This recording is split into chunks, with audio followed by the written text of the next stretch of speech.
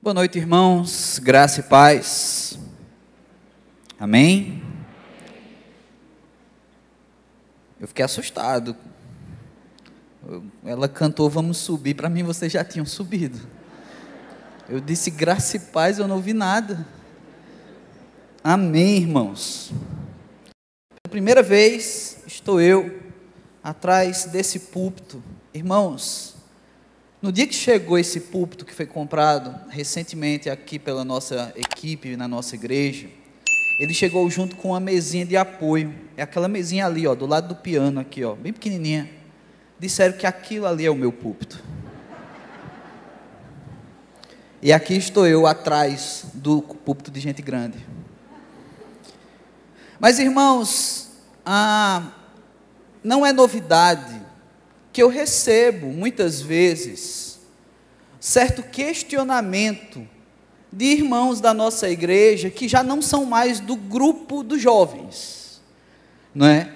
Tecnicamente, o Ministério de Jovens aqui na nossa igreja, cujo nome é AMP, Ministério AMP, ele atua com jovens a partir dos 18 anos até o tempo que esse jovem se considera jovem.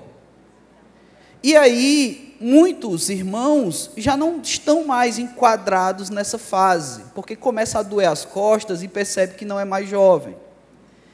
E aí, os irmãos estão tendo a oportunidade de assistir o culto do AMP pela internet.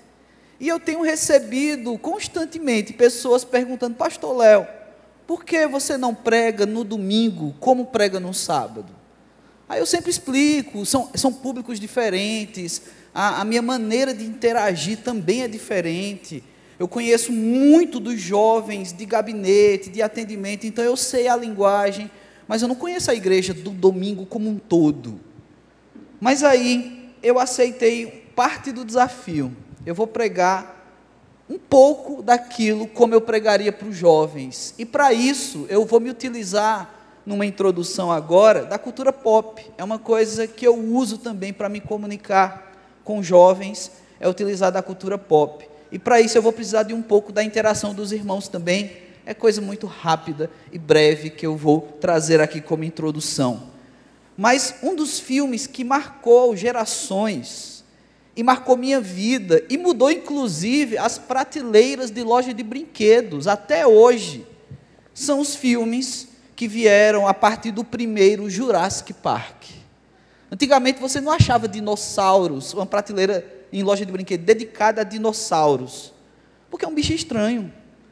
E tem fase da criança que é a fase dos dinossauros. E isso se deve muito ao sucesso desse filme de Steven Spielberg, Jurassic Park. Então eu quero perguntar para a igreja, quantos aqui assistiram no lançamento do primeiro Jurassic Park? Alguém aqui assistiu? Olha aí, vocês são dinossauros, meus irmãos. Vocês são dinossauros. E às vezes eu fico um pouco preocupado quando a gente usa expressão como essa, dinossauros, porque hoje é feio, né, você chamar alguém de velho, né? A pessoa é experiente, a pessoa tem mais idade, não é? Aqui na igreja o tempo vale ouro, né? É algo precioso o ministério com a terceira idade. Então, irmãos, eu não vou chamar você de dinossauro porque você é velho, não é? Então, eu vejo que aqui tem alguns dinossauros, mas não porque você é velho, mas é porque você não é bonito. Não é? Já que é feio chamar a pessoa mais velha de dinossauro, então vou chamar só o feio mesmo de dinossauro. A premissa de Jurassic Park, para quem não gosta de ficção científica, ou não acompanhou, não assistiu, ela é muito simples, mas ao mesmo tempo de uma ciência tão complexa que é impossível de se colocar em prática. Um cientista, ele encontra uma maneira de reproduzir animais dinossauros a partir de um DNA que foi preservado por centenas de milhares de anos. Ele pega aquele DNA preservado e mistura com o DNA de outros animais, faz experiências, e daí ele consegue criar dinossauros. Gente, essa premissa, ela é tão maluca, não no sentido científico só, mas é porque o cara cria animais irracionais, extremamente fortes, que são capazes de devorar seres humanos. Olha a cabeça do ser humano. O que me assusta mais é que, se fosse possível fazer, ia ter gente fazendo nos nossos dias. Ia ter gente criando animais que poderiam ser e que são potenciais destruidores dos próprios seres humanos. E é isso que vai acontecer. E aí é uma franquia que até hoje não parou de ter novos filmes, ainda vem acontecendo. Mas o que isso tem a ver com o que a gente vai pregar, com o que a gente vai trazer hoje? Talvez tenha nada a ver, né? Seja só para você dizer, o pastor Léo pregou igual sábado. Talvez. Abra sua Bíblia em Tiago, capítulo 1, a partir do versículo 12. Tiago, capítulo 1, a partir desse versículo 12, e acompanhe comigo a palavra de Deus. A gente tem aqui logo, de imediato, assim que você chega nesse versículo, você já percebe que a gente tem aí uma bem-aventurança, e você lembra de alguém que falou bem-aventuranças, né? Jesus, no Sermão do Monte. Mas aqui é Tiago, escrevendo uma carta, e ele se utiliza da mesma linguagem do bem-aventurado. Tiago 1, a partir do versículo 12, e mantenha a sua Bíblia aberta durante todo o sermão, nesses versículos que vão seguir. Bem-aventurado o homem que suporta com perseverança a provação, porque depois de ter sido aprovado, receberá a coroa da vida, a qual o Senhor prometeu aos que o amam. Ninguém, ao ser tentado, diga, sou tentado por Deus, porque Deus não pode ser tentado pelo mal, e Ele mesmo a ninguém tenta. Ao contrário, cada um é tentado pela própria cobiça, quando esta o atrai e seduz. Então a cobiça, depois de haver concebido, dá a luz ao pecado, e o pecado, uma vez consumado, gera a morte. Que o nosso poderoso Deus aplique a sua palavra em nossos corações, que o Santo Espírito de Deus leve essa mensagem até a nossa intimidade, até aquilo que está guardado dentro dos nossos corações, em nome de Jesus Cristo. Amém. São tão poucos versículos, irmãos, mas com tanta riqueza de detalhes. Aqui é interessante que Tiago, ele já abre sua carta trazendo uma espécie de conforto aos seus leitores. A carta de Tiago, ela foi escrita às igrejas da dispersão, as primeiras igrejas cristãs que nasceram e por motivos de perseguição, muitas delas não foram uma igreja que viajava sendo missionária. Ela foi obrigada a viajar para não ser presa, não ser pega, não ser perseguida. E assim a igreja foi crescendo, seja pela intenção missionária ou seja pela perseguição. Deus fez a igreja crescer. E Tiago, quando ele envia essa carta, digamos, uma carta circular para ser acessada, é uma linguagem nossa, né, dos nossos dias, mas para ser lida naqueles tempos, por pessoas de diversas igrejas, de diversos lugares, ele trazia ali palavras de conforto, uma vez que, você entendeu, ali você tinha igrejas que estavam sofrendo perseguição, cristãos, que não eram bem vistos e bem quistos por uma sociedade, por religiosos. E aí Tiago vem desenvolvendo já no início dessa carta, palavras de consolo, palavras dizendo, olha que a gente vai passar sim por provações. O cristão, inclusive isso é uma marca do cristão, o cristão vai passar por provações. Mas não esqueçam que nós lutamos por aquele que venceu por nós. Então a carta de Tiago traz isso, mas ao mesmo tempo, Tiago, impelido pela ação do Espírito, inspirado por Deus, ele vê a necessidade de também apontar situações tão humanas, e que era preciso trazer à tona ensinamentos tão importantes, que aquelas igrejas, ainda que sofrendo perseguição, precisavam despertar. Aqueles crentes, aqueles primeiros cristãos, já precisavam de mudança de vida, já precisavam aprender algo que precisava ser modificado. E, nesse caso, como no texto que nós separamos para hoje, algo que precisava instantaneamente ou imediatamente passar por um processo de mudança. E assim, essa carta continua sendo uma carta circular. Ela chega até nós hoje, agora, dentro de um compilado, a Bíblia Sagrada, as Escrituras Sagradas. A carta de Tiago também chega a nós, hoje, Primeira Igreja Batista de Fortaleza. Não somente a nós, mas a todos aqueles que assistem pela internet, muitas pessoas de outras igrejas, de outros lugares, nos acompanhando. Em primeiro lugar, pensando no versículo 12 inicialmente, e como eu já mencionei, ele traz aqui uma linguagem que faz um paralelo direto à linguagem de Jesus no Sermão da Montanha, um bem-aventurado, ou seja, uma pessoa feliz. E ele diz, assim como Jesus também o fez, bem-aventurado o homem que suporta com perseverança a provação. Quando eu digo que Jesus também o fez, é que há muitas bem-aventuranças de Jesus que elas são aparentemente contraditórias. Porque, irmãos, quando a gente diz feliz é quem suporta a provação, é um pouco ilógico falar isso. Porque, na lógica, sendo bem racional, feliz é quem não passa por nenhuma provação. Feliz é quem tem uma vida leve, uma vida boa. Aí a Bíblia traz esses conceitos que chocam com a nossa razão. E que bom isso, que bom isso. Porque são conceitos espirituais, eles têm que ir além. Feliz é o homem, ou bem-aventurado é o homem que suporta com perseverança a provação. E é interessante, como eu falei, Tiago já vem desenvolvendo palavras de consolo. Mas ele chegou nesse versículo 12 e disse isso. Jesus, como já mencionei aqui, também traz palavras com esse aparente discordância entre o que é feliz e entre o que Jesus disse. Por exemplo, em Mateus 5,4, Jesus disse que bem-aventurados ou felizes são os que choram, porque serão consolados. Não parece contradição? Bem-aventurados são os que choram. E talvez você, no meio daquela multidão, no Sermão do Monte, levantaria a mão e dizia assim, mas Jesus, bem-aventurado é quem sorri, é quem se diverte, é quem consegue achar graça na vida. Mas bem-aventurado é os que choram. Não tem alguma coisa aí que não conecta? Será que esse choro de Jesus é aquele choro de alegria que ele está dizendo? No versículo 10, também de Mateus 5, Jesus disse, bem-aventurados os perseguidos por causa da justiça, porque deles é o reino dos céus. Bem-aventurado ser perseguido, e não apenas por qualquer motivo, por causa da justiça.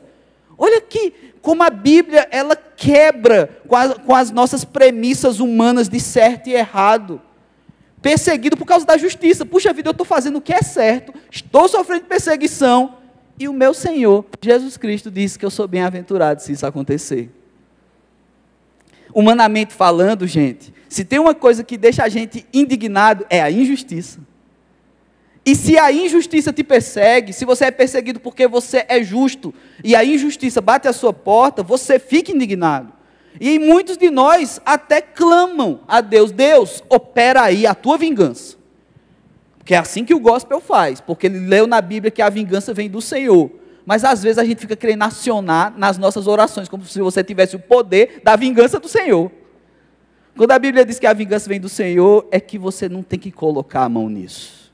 Você tem que realmente colocar a mão no seu coração e dizer, Senhor, perdoa meu coração malvado. Me ajuda a viver o amor. E aí a gente tem mais uma dessas bem-aventuranças, os que são perseguidos por causa da justiça.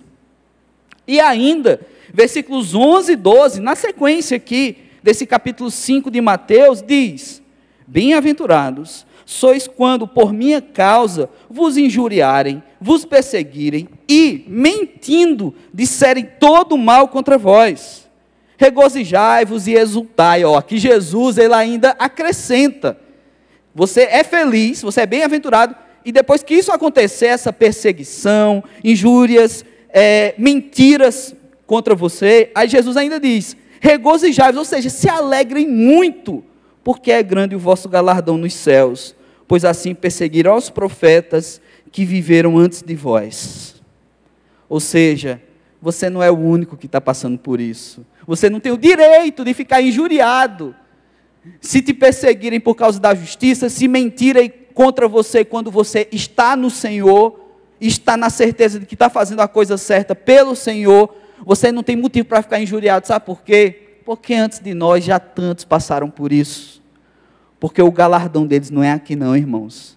O nosso grande problema de buscar esse tipo de justiça de Deus no aqui e agora, é que o aqui e agora é tão fugaz.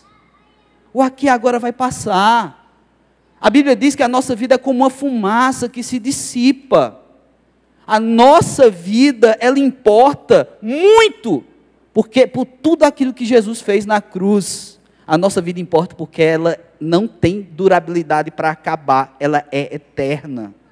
E essa vida eterna vai poder desfrutar dos benefícios, do presente, do dom que Deus nos dá, através de Cristo Jesus, que é o galardão dos céus.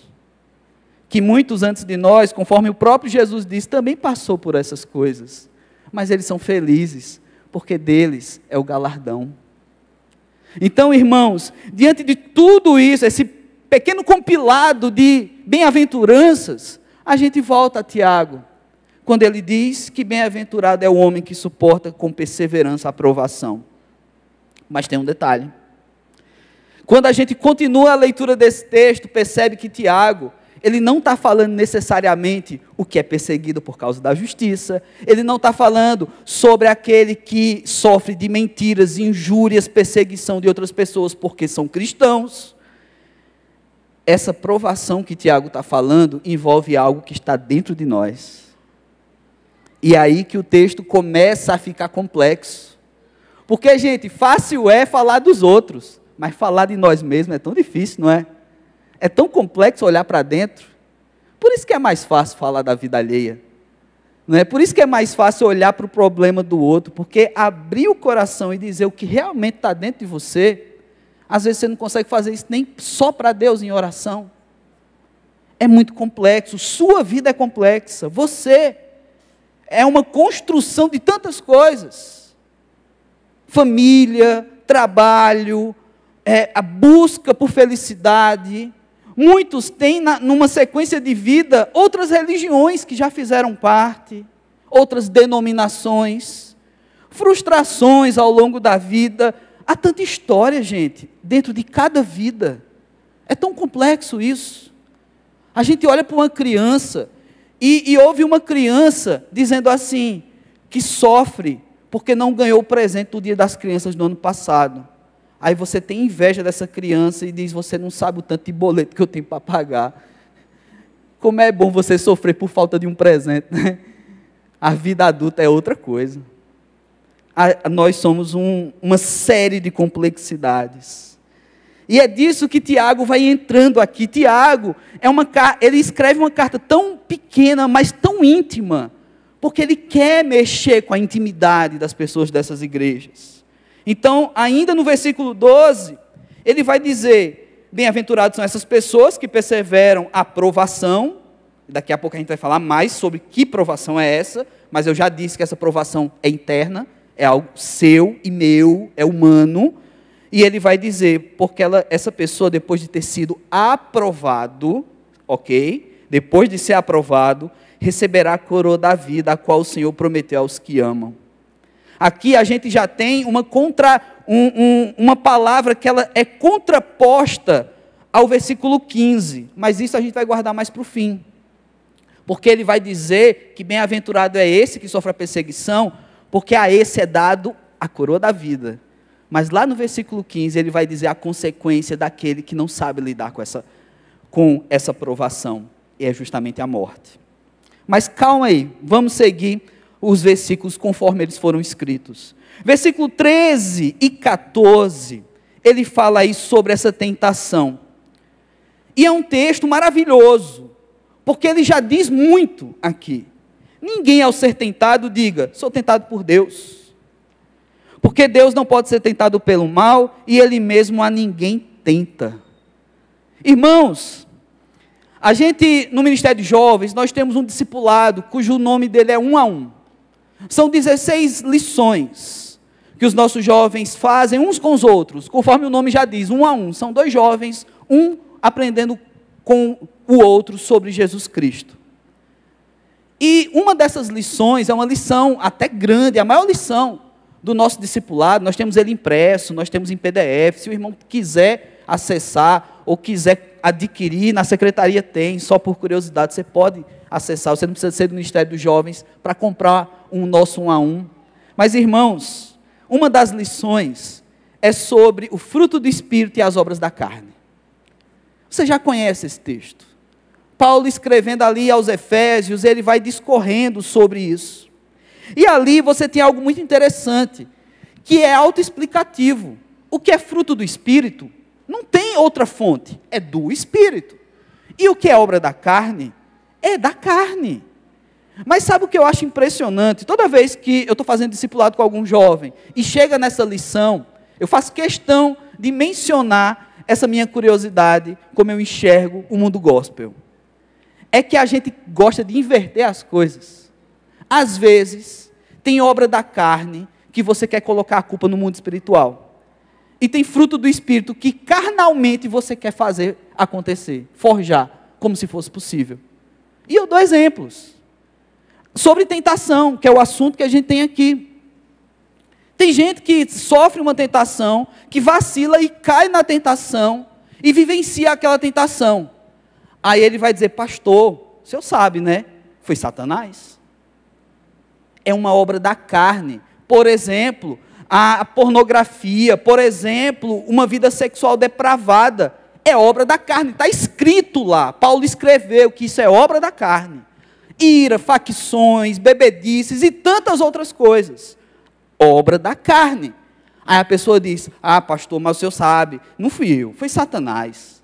Satanás colocou aquela pessoa na minha frente, Satanás colocou um site na minha frente, Satanás colocou o Instagram do fulano de tal ou da fulana na minha frente.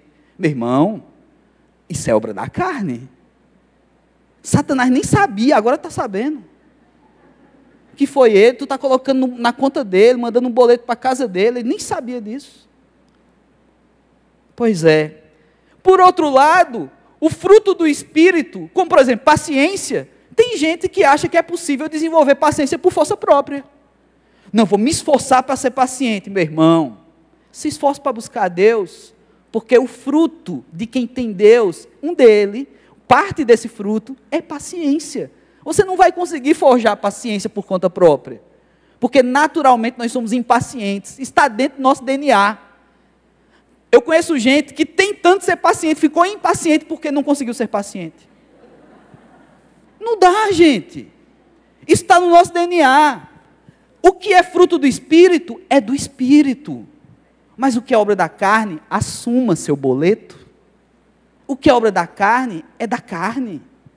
E é isso que Tiago vai aprofundar, como eu falei, quando ele traz essa palavra provação no versículo 12, ele não está falando de ações externas para derrubar o cristão, não. Ele está falando de ações internas, que podem nos derrubar, de dentro para fora. E aí, por exemplo, essas ações e essa tentação, esse mundo que proporciona essa carnalidade que está em nós, isso não é novidade, irmãos.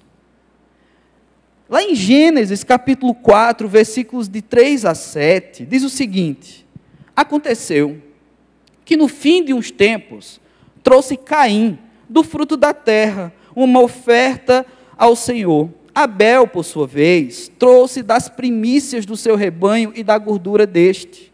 Agradou-se o Senhor de Abel e de sua oferta, ao passo que Caim e de sua oferta não se agradou. Irou-se, pois, sobremaneira Caim, e descaiu-lhe o semblante. Então lhe disse o Senhor: por que andas irado? E por que descaiu o semblante? Se procederes bem, não é certo que serás aceito? Se todavia procederes mal, eis que o pecado jaz à porta. O seu desejo será contra ti, mas a ti cumpre dominá-lo. Olha no início de tudo, essa que é narrada na nossa Bíblia como a família nuclear, o primeiro início dessa família, da terra. E aqui esses irmãos têm um problema. Caim e Abel, e você conhece essa história também. E o Senhor tem um diálogo com o que se ira. Olha, preste atenção, como isso é especial. Deus já podia simplesmente condenar o que está irado, porque afinal de contas ele se irou. Mas não, Deus vai até ele e vai falar com ele. Deus quer cuidar, Deus quer transformar. Não tem tempo perdido, irmãos. Até hoje, talvez eu e você ainda tenhamos uma lista tão grande de transformação de vida para viver. E aí Deus vai até Caim e faz esses questionamentos. Por que o seu semblante caiu? Por que você está triste? Por que você está irado? Se você fizer o que é certo, você não vai ser aceito. Porém, se você fizer o errado, você vai colher disso. É isso que Deus está dizendo. Se procederes mal, o pecado está à porta. Isso vai chegar até você. Se você agir mal, está bem na porta, está chegando, está próximo. E o seu desejo será contra ti.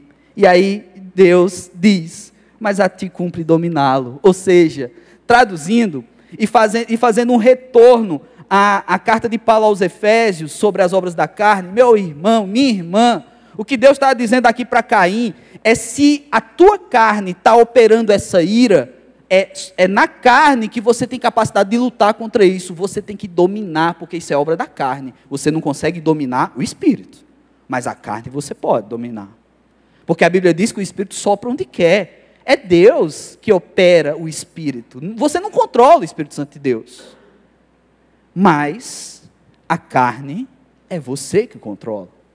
Então cabe a você dominá-la. E aí, voltando, é isso que Tiago vai trazer. Versículo 14, ao contrário, cada um é tentado pela própria cobiça, quando esta o atrai e seduz. Tentação, cobiça, isso está dentro de nós.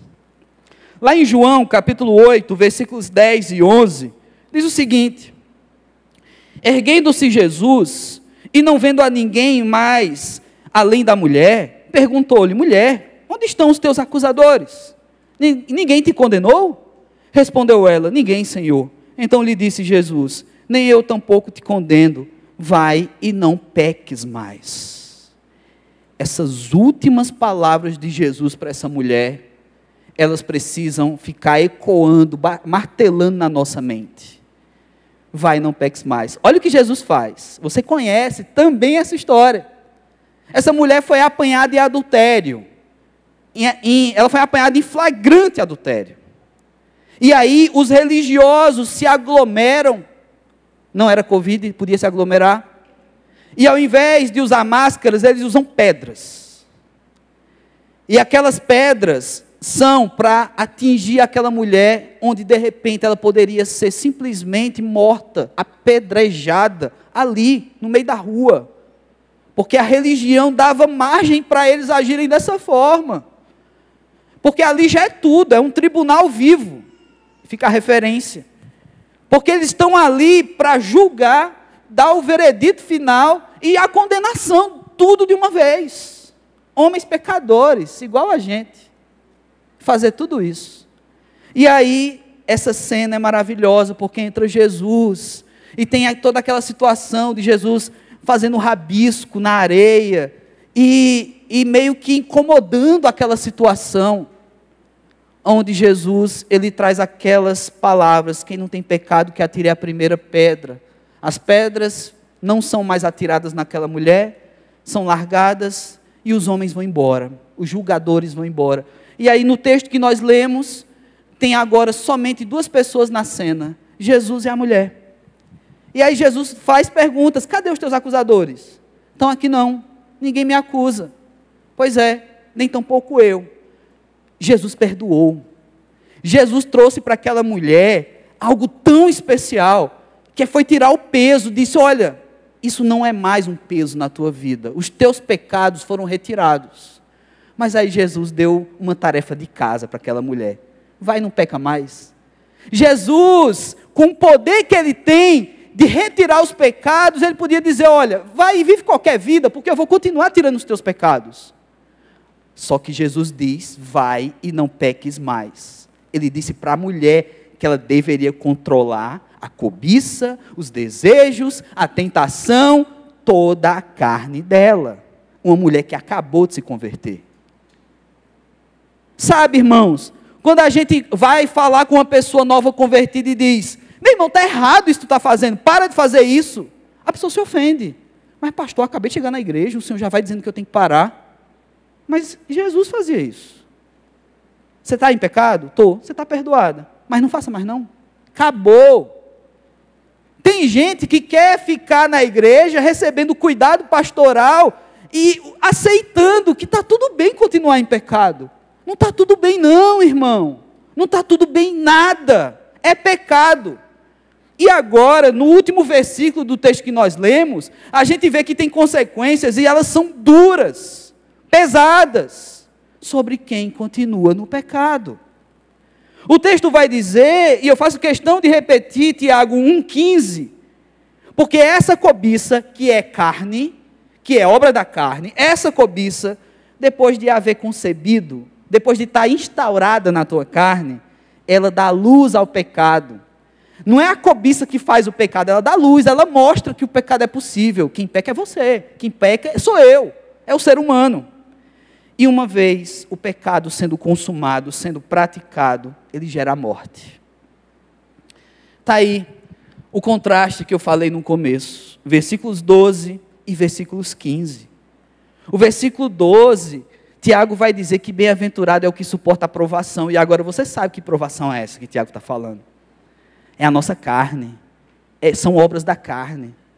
Bem-aventurado, feliz é o que suporta. Tiago não está dizendo que bem-aventurado é o que não tem, porque ele sabe que a gente tem. Tiago também é ser humano, gente. Ele sabe que essa carne é difícil. E ele diz, bem-aventurado é o que suporta, ou seja, eu estou com raiva, eu estou irado, ou então estou com desejo errado, mas eu estou suportando. Bem-aventurado é esse. Porque depois de ter sido provado e aprovado, vai receber a coroa da vida.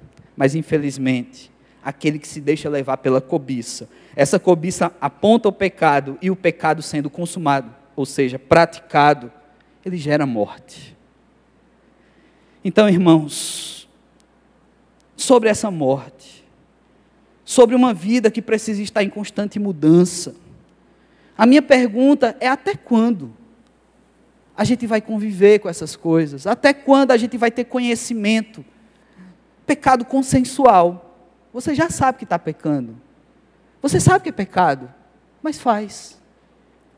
Lá em João 10, versículo 10, Jesus disse a respeito de um ladrão. Eu estou pregando nos jovens uma série a respeito de adjetivos que Jesus se auto-intitula. E um deles é que Jesus é a porta. Quando Jesus diz que é a porta, ele também fala de um ladrão que não entra pela porta. E em João capítulo 10, versículo 10, ele diz: o ladrão vem somente para roubar, matar e destruir. Eu vim para que tenham vida e a tenham em abundância. Gente, esse texto de Tiago, quando ele diz que aquele que se deixa levar pela cobiça, pelo pecado, ele vai vivenciar a morte, não é o desejo de Jesus Cristo. Jesus veio para dar vida. O desejo de Jesus não é que a gente caia no pecado e viva as consequências dele. O desejo de Jesus é nos dar liberdade de viver a vida que ele nos dá. Mas a gente pega a liberdade que Jesus dá e usa como para o nosso próprio prazer, para a nossa libertinagem. Lá em Romanos, capítulo 5, versículo 21 diz: a fim de que, como o pecado reinou pela morte, assim também reinasse a graça pela justiça para a vida eterna, mediante Jesus Cristo, o nosso Senhor. Mais um, usando desse paralelo antagônico aqui, vida e morte, pecado e Jesus Cristo. O pecado representa a morte, Jesus representa a vida. Romanos de novo, capítulo 6, versículo 23. Esse é muito conhecido dos gospels de plantão. Porque o salário do pecado é a morte, mas o dom gratuito de Deus é a vida eterna em Cristo Jesus, nosso Senhor.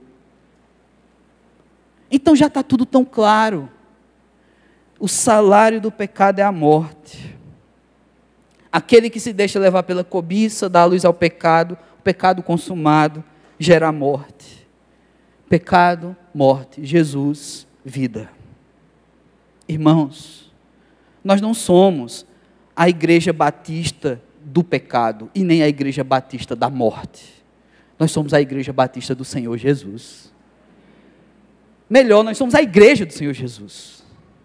A Igreja do Senhor Jesus. A Igreja da vida. Mas esse desafio de vencer constantemente as obras da carne tem que ser tratado de maneira clara, de maneira sincera. Se existe uma batalha dentro de você, trata isso com Deus. Não dá para alimentar o monstro que está dentro de você.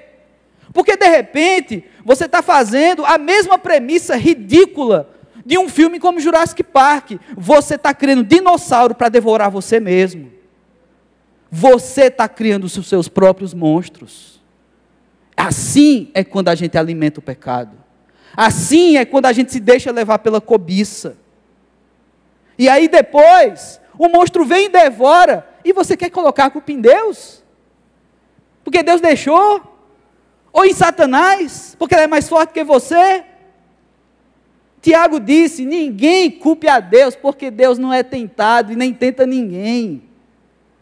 Foi isso que ele disse no texto que nós lemos. Trate a tentação como sua, mas trate a tentação. Não se deixe levar. Meus irmãos, eu sei que isso não é uma daquelas pregações que você sai flutuando daqui. Talvez seja até difícil levantar dessa cadeira na próxima música, porque você vai estar pesado. Desculpa, peço perdão. Mas esse texto está na Bíblia. E eu precisava falar sobre ele. É mais fácil falar de Jurassic Park. Difícil é falar do pecado, porque eu também sou pecador. Mas agora, irmãos, eu quero insistir com essa pergunta. Até quando? Até quando? Será que a gente vai esperar chegar à morte? Ou será que a gente vai viver a vida que Ele tem para nós? Então baixe a sua cabeça, eu quero orar com você.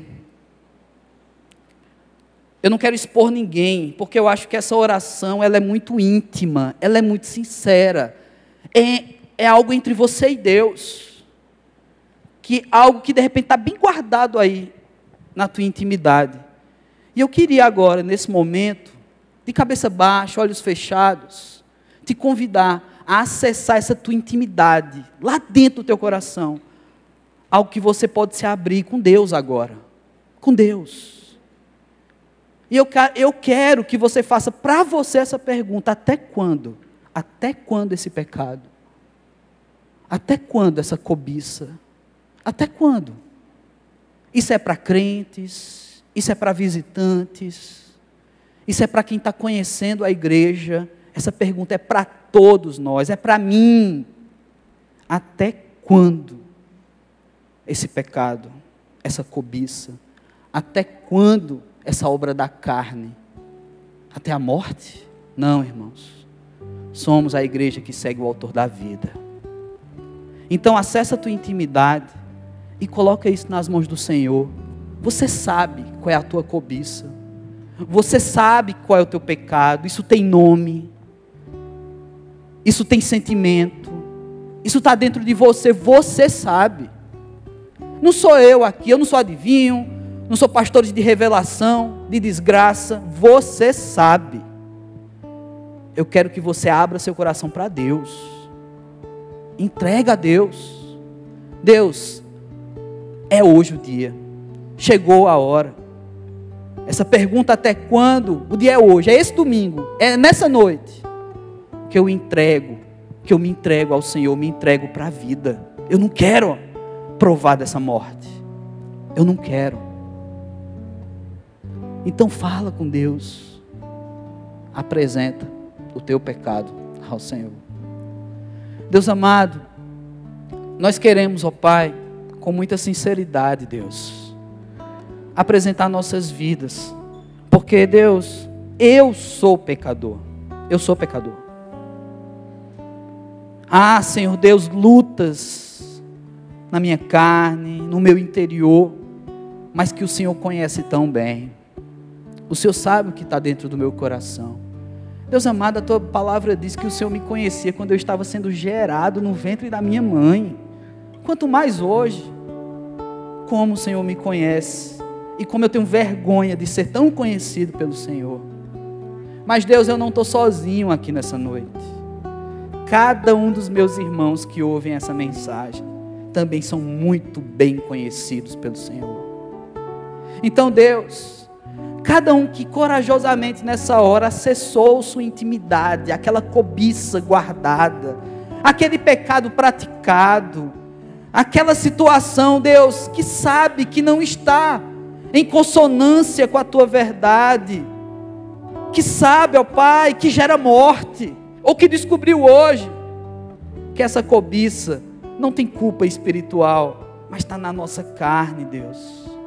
Ó Pai amado, nos ajuda a enfrentar, nos ajuda a vencer, Senhor Deus. Sozinho não somos capazes. Sozinho nós não conseguimos, Deus. Mas o Senhor enviou o Teu Filho Jesus aqui à terra, e Ele não apenas venceu todos os pecados, tomou sobre si e venceu, mas Ele venceu a morte, Senhor Deus. Teu Filho Jesus venceu as consequências desses pecados, a morte, Pai. Então temos a certeza que em Cristo Jesus, o Teu Filho, ó Senhor, vamos vencer nossas lutas interiores, vamos vencer essa cobiça, vamos ser pessoas melhores.